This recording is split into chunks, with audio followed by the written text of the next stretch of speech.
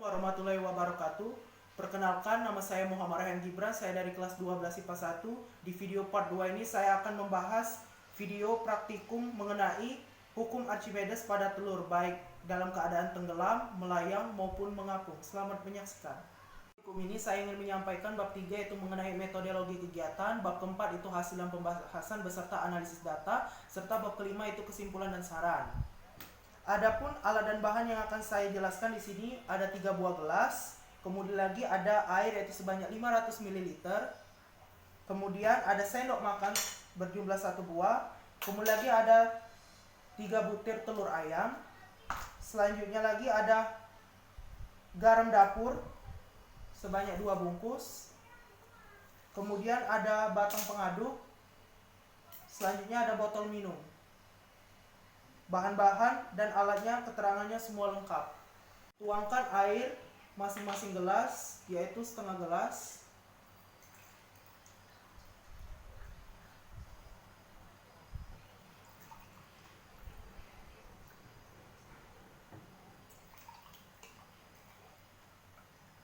Langkah kedua yaitu masukkan 2 bungkus garam ke dalam wadah. Langkah pertama, kita melakukan percobaan tanpa menggunakan garam. Kita lihat reaksi yang terjadi.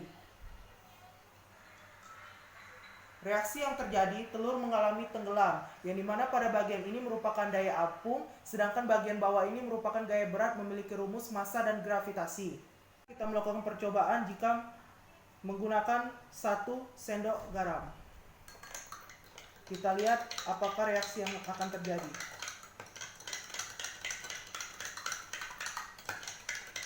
Aduk perlahan-lahan sampai garam tersebut larut. Lalu masukkan telur ke dalam gelas. Kita lihat reaksi yang terjadi. Reaksi yang terjadi bahwa telur mengalami keadaan tenggelam, yang mana di atasnya itu sebagai gaya apung, yang di bawah itu adalah gaya berat, massa dikali gravitasi. Selanjutnya kita melakukan percobaan telur dalam kondisi melayang. Gunakan perkiraan 2,5 sendok garam.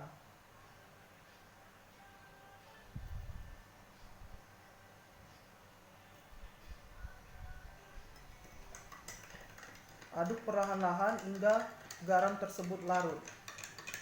Kita akan lihat reaksi yang akan terjadi.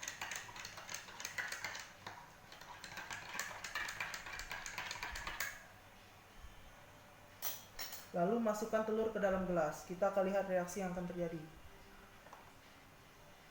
Kita lihat di sini bahwa telur tersebut dalam keadaan mengapung, dan di sini adalah gaya apung, dan di sini titik bawah ini merupakan gaya beratnya, massa dengan gravitasi. Langkah selanjutnya yaitu yang terakhir, kita masukkan garam perkiraan sebanyak 4 sendok.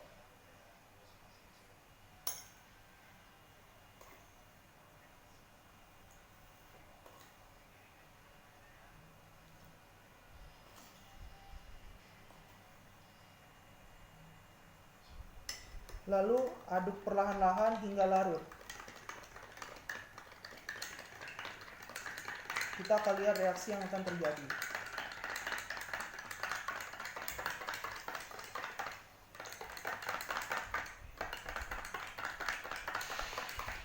Setelah garam tersebut larut, kita masukkan telur ke dalam gelas.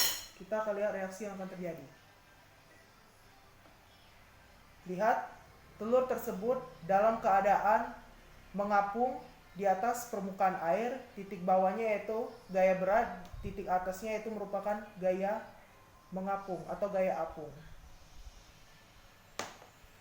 Jadi inilah perbedaan antara ketiga gelas ini dalam keadaan tenggelam, dan juga jika kita tambahkan garam sebanyak 1 sendok, keadaannya masih tenggelam.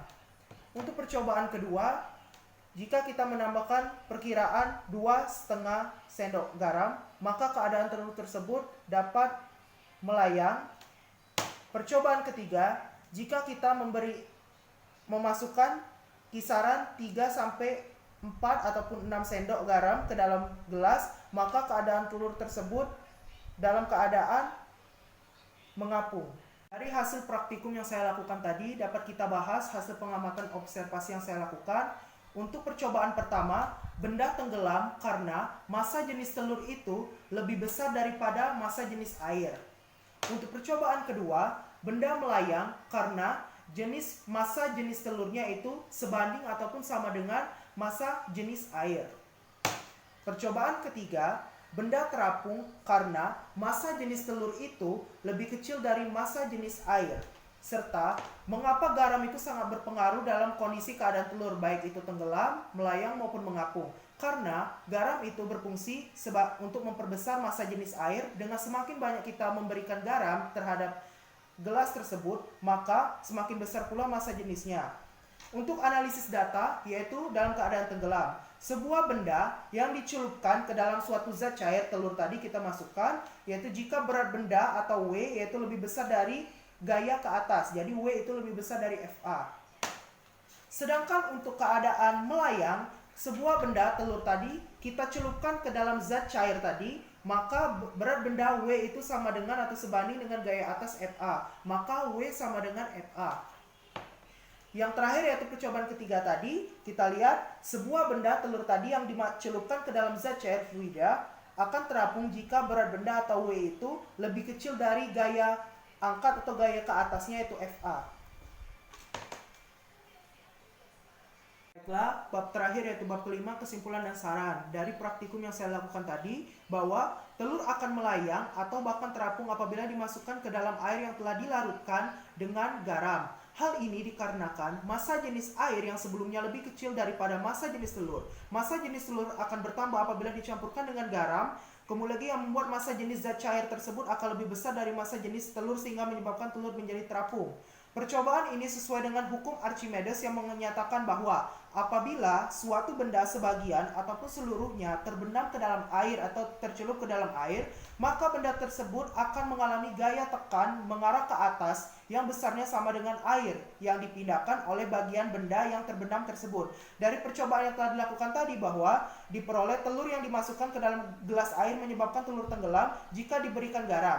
Garam yang dimasukkan sebanyak 1 sendok ataupun perkiraan 1,5 yang menyebabkan telur tersebut melayang, dan garam dapat menyebabkan telur mengapung atau apung dengan kisaran 4-6 sendok makan dilarutkan ke dalam gelas air, maka akan telur tersebut mengalami keadaan mengapung. Saran dari praktikum yang saya lakukan ini, poin pertama yaitu pada saat mengaduk air yang dicampur dengan garam, seharusnya diaduk secara perlahan-lahan serta telur tersebut agar tidak pecah. Poin kedua yaitu pada saat pemberian garam harus berhati-hati agar dapat mendapatkan keadaan posisi tenggelam, melayang maupun mengapung. Poin terakhir yaitu gunakanlah gelas berwarna bening agar mudah mengamati percobaan yang dilakukan. Seperti praktikum yang saya lakukan tadi, terlihat jelas keadaannya posisi tenggelam, posisi melayang, dan posisi mengapung.